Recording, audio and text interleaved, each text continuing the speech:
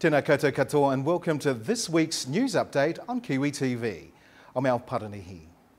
In this bulletin, the New Zealand election campaign draws nearer. The Tauranga oil slick from the Rena to bring about possible tourism opportunities. New Zealand golfing champ has some words of advice for ex-Tiger Woods caddy ahead of the President's Cup in Melbourne. And Te Wairua Tapu holds a special remembrance service. In just over a week, New Zealanders head to the polls as they vote for the 50th New Zealand Parliament. This year will also include a referendum on the best voting system other than the current MMP. Polls heading into the final week of the campaign still have National on top, followed by Labour, the Greens and the Māori Party. Mana Party leader Hone Harawira should easily romp it in and return him back into Parliament after his recent by-election. Voting from around Australia commenced last week by downloading voting papers online, or to vote in person, head to one of the main state or Australian electoral offices in your capital city.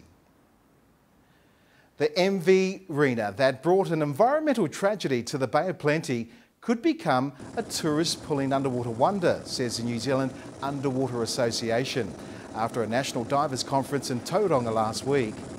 The association wants part of the crippled container ship to remain as a shipwreck and will approach Greek owners Costamare Shipping with the plan.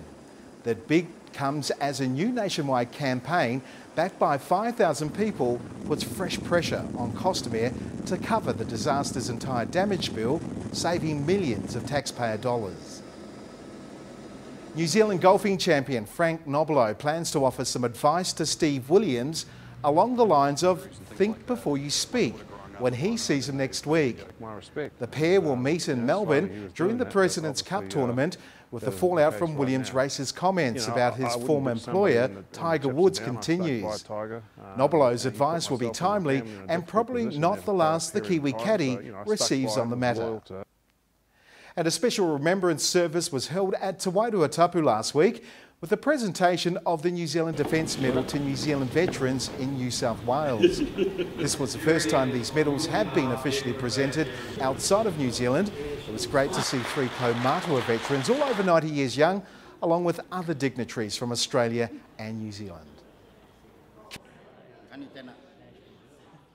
KiwiTV notice board this week. The Pacific Unity Festival will be on Saturday the 19th of November at the new bigger location at Lidcombe Oval from 8 to 5. Limited parking, best to use public transport. And that's the latest from the KiwiTV News Desk. Head to kiwitv.com.au. I'm Al Paranihi. Until next time, ka kite anō.